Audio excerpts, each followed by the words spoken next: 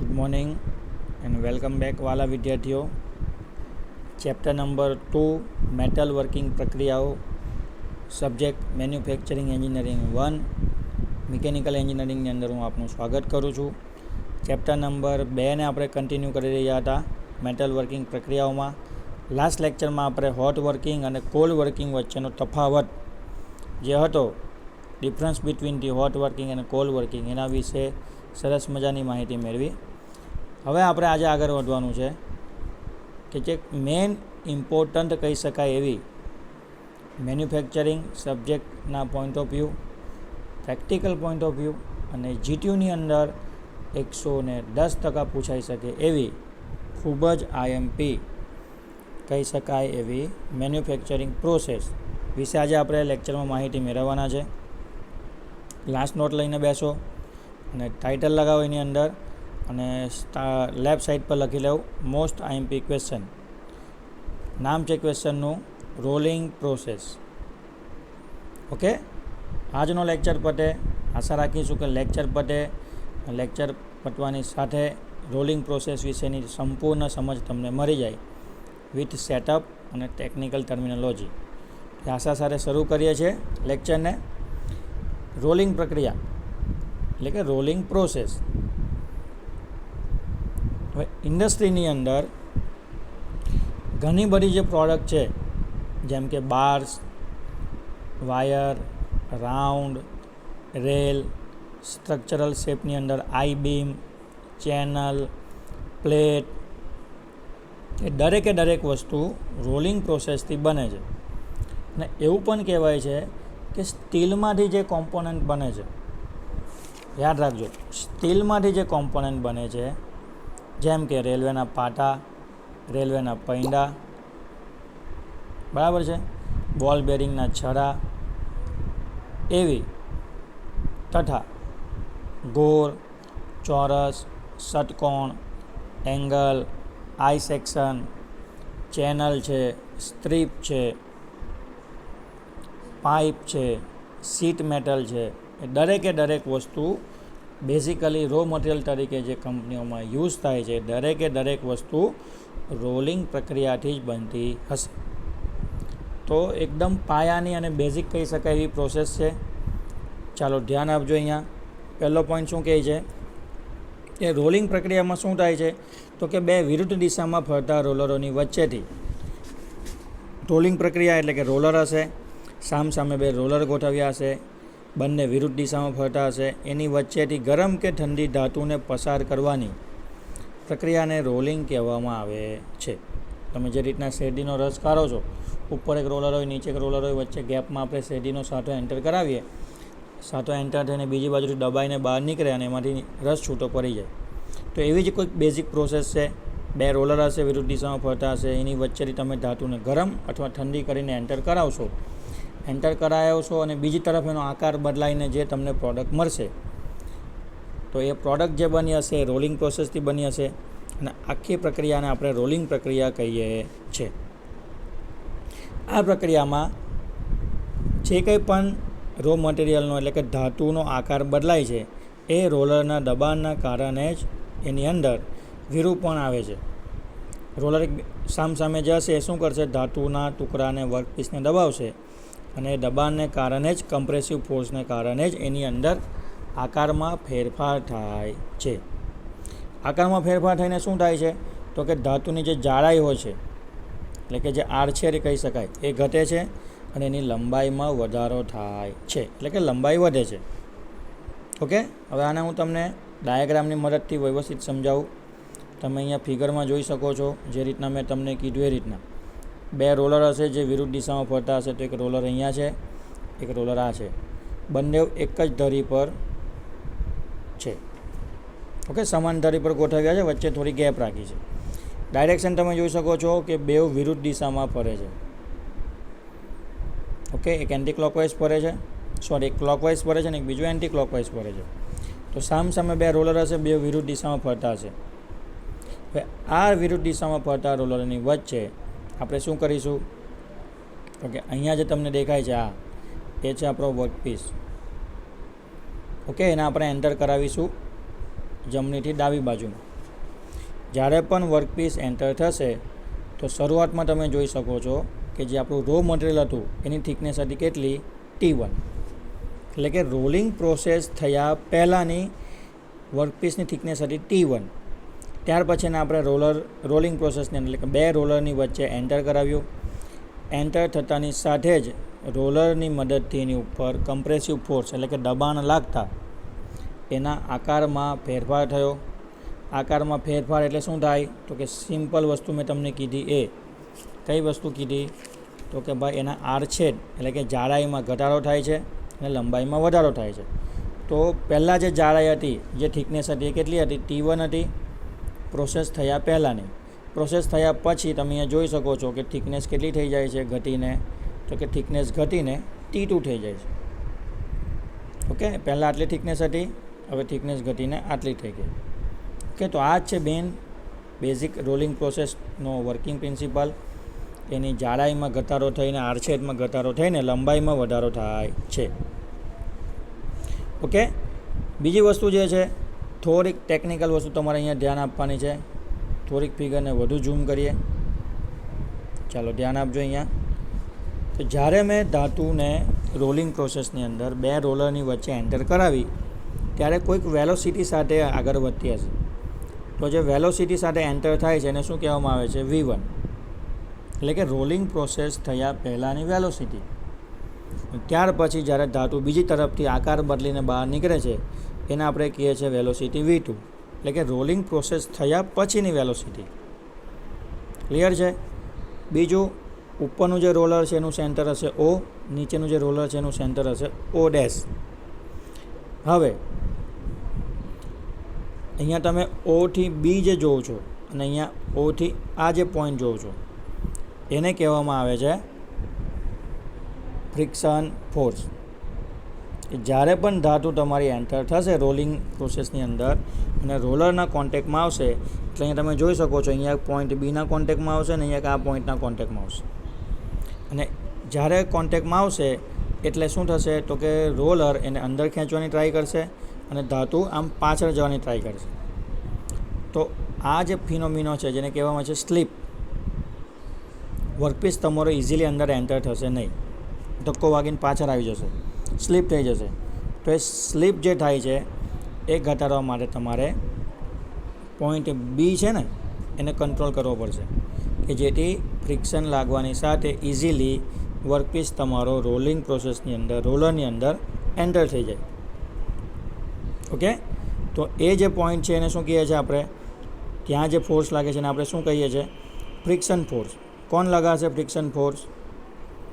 Friction force કોણ લગાડશે તો કે આ જે રોલર છે એ અહીંયાથી ધાતુ એન્ટર થતી હશે ત્યાં લગાડશે. ઓકે, એટલે એ ફ્રિક્શન ફોર્સને કારણે ધાતુ ખેંચાઈને અંદર જતી રહેશે. ત્યાર પછી તમે જે પોઈન્ટ સી અહીંયા જોઈ શકો છો, પોઈન્ટ સી એને કહેવાય છે નો સ્લીપ પોઈન્ટ. મતલબ ધાતુ તમારી અંદર એન્ટર થઈને પોઈન્ટ બીથી જો સી સુધી આવી જશે તો ફરી તો એ પાછી જઈ શકશે નહીં, એટલે સ્લીપ થઈને પાછા નહીં જશે, હવે એ આગળ જ જશે. કેમ તો કે પોઈન્ટ બી સુધી જ ચાન્સ હતા કે સ્લીપ થઈ શકે છે, પણ જો એન્ટર થઈને પોઈન્ટ સી સુધી આવી જશે તો એ છે આપણો નો સ્લીપ પોઈન્ટ. મતલબ હવે તમારી ધાતુ સ્લીપ થઈને બહાર નીકળશે નહીં. તો તમારે ત્યાં સુધી એને ફોર્સ આપીને એન્ટર કરાવવાની છે જેથી પોઈન્ટ સી સુધી આવીને ઇઝીલી અંદર જતી રહે. હા, પોઈન્ટ સી ને બીની વચ્ચે હશે તો સ્લીપ થવાના ચાન્સ વધારે છે. ઓકે, ત્યાર પછી તમે અહીંયા જોઈ શકો છો મેં ક્રોસ પેટર્ન બનાવી છે. એ જે આખો એરિયા છે એને શું કહેવામાં આવે છે તો કે ઝોન ઓફ ડિફોર્મેશન. મતલબ આ જ એરિયા છે કે જેના કારણે રોલર ધાતુ ઉપર બળ લગાડે છે અને ઝોન ઓફ ડિફોર્મેશનની અંદર જ આખી પ્રોસેસ થઈને ધાતુના આકારમાં એટલે કે વર્કપીસમાં ફેરફાર થઈ જાય છે. અને કેવો ફેરફાર થાય છે તો કે જે પહેલાં વધારે થિકનેસ હતી T1 એ ઘટીને થિકનેસ કેટલી થઈ જશે, T2. ક્લિયર છે? ઓકે, તો આ થઈ ગયું આપણું રોલિંગ પ્રોસેસનો સેટઅપ એટલે કે ડાયાગ્રામ. બીજું તમે જોઈ શકો છો કે વર્કપીસ જે એન્ટર થાય છે એ કઈ ડાયરેક્શનમાં થાય છે તો કે ડાયરેક્શનમાં એન્ટર થાય છે એ છે ડાયરેક્શન ઓફ ધી ટ્રાવેલ. એટલે ટ્રાવેલ ક્યાં થશે તો કે જમણેથી ડાબે બાજુ. અહીંયા તમે જોઈ શકો છો ડાયરેક્શન ઓફ ટ્રાવેલ. જમણી તરફથી વર્કપીસ એન્ટર થશે અને ડાબી બાજુ નીકળશે અને એનો આકારમાં ફેરફાર થશે. ક્લિયર? તો આ ફિગર તમારે ખાસ ડ્રો કરવાની છે અને સેમ ટુ સેમ જે રીતના મેં બતાવી છે એ રીતના તમારે એને પ્રિપેર કરવાની છે, ડ્રો કરી. ઓકે, હવે આગળ વધીએ. થોડી ટેકનિકલ ટર્મિનોલોજી તરફ ધ્યાન આપીશું. અહીંયા તમને એંગલ દેખાતો હશે. જી હા, આઈ રહ્યો. કયો એંગલ છે? થીટા. ઓકે, મતલબ રોલર જે ફોર્સ ધાતુના ટુકડા ઉપર લગાવે છે એને આપણે કહીએ છીએ રેડિયલ ફોર્સ. કયું ફોર્સ કહીએ છીએ? અહીંયા જો, રેડિયલ અથવા નોર્મલ ફોર્સ.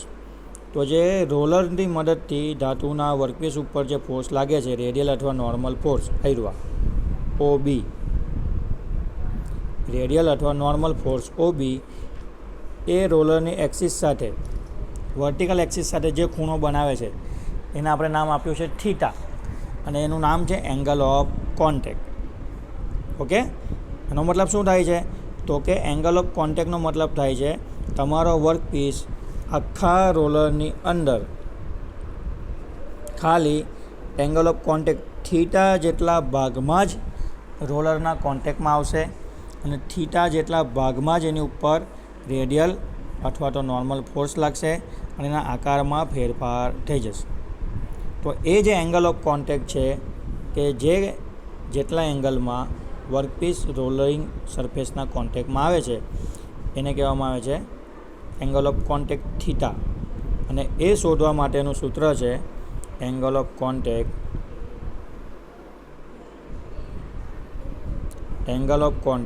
થીટા શોધવા માટેનું સૂત્ર તમે અહીં જોઈ શકો છો. cos theta is equal two 1 minus T1 minus T2 open 2R. ખાસ તમારે સૂત્ર નોટ ડાઉન કરવાનું છે. એક્ઝામ્પલ પણ આવી શકે છે આના. ફરી પાછા angle of contact theta is equal two, તો કે થીટા કેવી રીતના શોધીશું? તો કે ભાઈ cos theta is equal two 1 minus T1 minus T2 છેદમાં 2 ગુણ્યા R. હવે ફરી પાછા બાજુમાં નોટેશન લખ્યા છે, અહીં તમે જોઈ શકો છો કે T1 એટલે તો કે રોલિંગ પ્રોસેસ પહેલાંની જાડાઈ, T2 એટલે રોલિંગ પ્રોસેસ પછીની જાડાઈ, અને જે કેપિટલ R છે એનો મતલબ થાય છે આપણું જે રોલર છે એની ત્રિજ્યા. આપણી પાસે અત્યારે કેટલા રોલર છે? 2. બેવની સાઇઝ કેવી છે? સેમ. તો બેવની ત્રિજ્યા કેટલી હશે? સેમ ટુ સેમ હશે. તો એ ત્રિજ્યાને આપણે શું કહી દીધું? Capital R. અને જે થીટા છે, theta date means angle of contact. ગુજરાતીમાં શું બોલાય? સંસર્ગ કોણ. ગુજરાતીમાં શું બોલાય એને આપણે? સંસર્ગ કોણ. ક્લિયર છે? બીજી જે વસ્તુ છે આગળ કે ભાઈ coefficient of friction and angle of friction beta. તમે જોયું હશે કે ધાતુ એન્ટર થાય છે 2 રોલરની વચ્ચે, તો રોલર અને ધાતુની વચ્ચે ફ્રિક્શન ફોર્સ લાગે છે, એટલે કે ઘર્ષણ. જ્યાં જ્યાં ઘર્ષણ લાગતું હોય એટલે તમારે એનો ઘર્ષણાંક એટલે કે કોએફિશિયન્ટ ઓફ ફ્રિક્શન શોધવો પડે. અને સાથે સાથે જેટલા ખૂણા પર ફ્રિક્શન લાગતું હોય એટલે કે એંગલ ઓફ ફ્રિક્શન બીટા એ પણ શોધવું પડે. ઓકે, તો એનું સૂત્ર છે ઘર્ષણાંક શોધવા માટેનું કોએફિશિયન્ટ ઓફ ફ્રિક્શન. અને કોએફિશિયન્ટ ઓફ ફ્રિક્શનને આપણે શું બોલીએ છીએ ટેકનિકલ લેંગ્વેજમાં? મ્યુ. શું બોલીએ છીએ? મ્યુ. કે મ્યુ શોધવાનું સૂત્ર તમે અહીંયા જોઈ શકો છો કે ભાઈ coefficient of friction mu is equal two friction ફોર્સના છેદમાં રેડિયલ ફોર્સ. જે કંઈ પણ ફ્રિક્શન ફોર્સ રોલર ધાતુ પર લગાડે છે એ છેદમાં રોલર ધાતુ ઉપર જે રેડિયલ ફોર્સ લગાડે છે એ બેવનો ભાગાકાર, બરાબર. અને ઇઝ ઇક્વલ ટુ થઈ જશે tan beta. Is equal two શું થઈ જશે? tan beta. ઓકે, એ રીતના તમે કોએફિશિયન્ટ ઓફ ફ્રિક્શન શોધી શકો છો. સાથે સાથે એક બીજી ટેકનિકલ ટર્મિનોલોજી આવે છે અગ્ર સ્લીપ. અગ્ર સ્લીપ મતલબ પહેલાં એક તમે સ્લીપ જોઈ કઈ જ્યારે રોલરની વચ્ચે તમે ધાતુ એન્ટર કરાવતા હતા ત્યારે રોલર શું કરતું હતું? તો કે ધાતુ એન્ટર નહીં થતી હતી, સ્લીપ થઈને આ બાજુ જતી રહેતી હતી. ઓકે, એ સ્ટાર્ટિંગમાં હતી. હવે ધાતુ એન્ટર થઈ ગઈ, આકાર બદલાઈ ગયો અને છેલ્લે ધાતુનો ટુકડો કમ્પ્લીટ ઓકે, આકાર બદલીને એમ છેલ્લા ખૂણા પર હશે અને આટલો હજી ભાગ નીકળવાની તૈયારીમાં હશે ત્યારે શું થશે તો કે ફરી પાછું સ્લીપ થશે. અને સ્લીપ શું થશે તો કે પહેલાં જે ધાતુનો ટુકડો તમારો સ્ટાર્ટિંગમાં આમ જતો હતો ને એની જગ્યાએ જ્યારે વર્કપીસ પતવાની તૈયારીમાં છે અને આકાર બદલાતો વર્કપીસ પતી જવાની છેલ્લી એન્ડિંગના પોર્શન પર હશે ત્યારે રોલર શું કરશે ને આગળની બાજુ ધક્કો લગાડશે, આગળની તરફ સ્લીપ કરશે. પહેલાં સ્ટાર્ટિંગમાં શું થતું હતું, આ બાજુ બેક સાઈડ સ્લીપ થતું હતું જ્યારે એન્ટર કરાવ્યું ત્યારે, પણ જ્યારે પ્રોસેસ ફિનિશ થવાની આવી ત્યારે ઊંધું થઈ ગયું. હવે શું કરે છે તો કે આ બાજુ આગળની તરફ સ્લીપ કરવાની ટ્રાય કરે છે વર્કપીસને. તો એવી જે સ્લીપ થાય છે એને કહેવામાં આવે છે અગ્ર સ્લીપ. એનું પણ તમને ઇક્વેશન આપ્યું છે. શું કહે છે ઇક્વેશનમાં તો કે અગ્ર સ્લીપ કેવી રીતના શોધાશે તો કે એનું ઇક્વેશન છે અગ્ર slip is equal to V2 minus વીના છેદમાં V ગુણ્યા 100. શું છે અગ્ર સ્લીપનું ઇક્વેશન V2 માઇનસ V છેદમાં V. ઓકે, તો V કોને કહેવાય તો જો તમને V1 અને V2 ખબર છે, V1 એટલે રોલિંગ પ્રોસેસ પહેલાંની વેલોસિટી, V2 એટલે તો કે રોલિંગ પ્રોસેસ પછીની વેલોસિટી. અને V કોને કહેવાય તો કે આખી જે રોલિંગ પ્રોસેસ થાય છે એની પરિણામી વેલોસિટી, એટલે કે રિઝલ્ટન્ટ વેલોસિટી તમે કહી શકો. પરિણામી વેલોસિટી એટલે કે બેવનું જે એવરેજ હશે તે પણ કહી શકો. તો Vનો મતલબ થાય છે રોલિંગ પ્રોસેસની પરિણામી વેલોસિટી. તો આટલું કરશો એટલે તમારી રોલિંગ પ્રોસેસની આખી જે થિયરી છે એ with diagram with setup complete થઈ જશે. ઓકે, ઉપયોગ મેં તમને સ્ટાર્ટિંગમાં કહી દીધા: ગોળ, ચોરસ, ષટકોણ, angle, I section, channel, strip, sheet, pipe અને વિશિષ્ટ આકારના રેલવેના પાટાઓ, પૈંડાઓ અને બોલ બેરિંગના છરાઓ બનાવવા માટે રોલિંગ પ્રોસેસ થાય છે. સ્ટીલના બી જેટલા બી કોમ્પોનન્ટ બનતા હશે એ દરેક સ્ટીલના કોમ્પોનન્ટ એ બેઝિકલી રોલિંગ પ્રોસેસથી જ બનશે. તથા રોલિંગ પ્રોસેસ થવાથી જે કંઈ પણ કોમ્પોનન્ટ બનશે સ્ટીલના એ વધુ મજબૂત અને દ્રઢ બનશે. ઓકે, અને જે શોક રેઝિસ્ટન્સ પ્રોપર્ટી છે એની અંદર સારી ડેવલપ થશે. તો આ થઈ ગઈ આપણી બેઝિક રોલિંગ પ્રોસેસ અહીંયા પૂરી. ઓકે, અહીંયા સુધી રાખીએ છીએ આજના લેક્ચરમાં. જે કંઈ પણ કીધું છે વસ્તુ નોટ ડાઉન કરવાની છે, જે ઇક્વેશન કીધા છે એ પણ નોટ ડાઉન કરવાના છે અને સેટઅપ તો ખાસ બધાએ ડ્રો કરવાનો છે. મળીશું નેક્સ્ટ લેક્ચરમાં, ટૉપિકને આગળ કન્ટિન્યુ કરીશું. Thank you.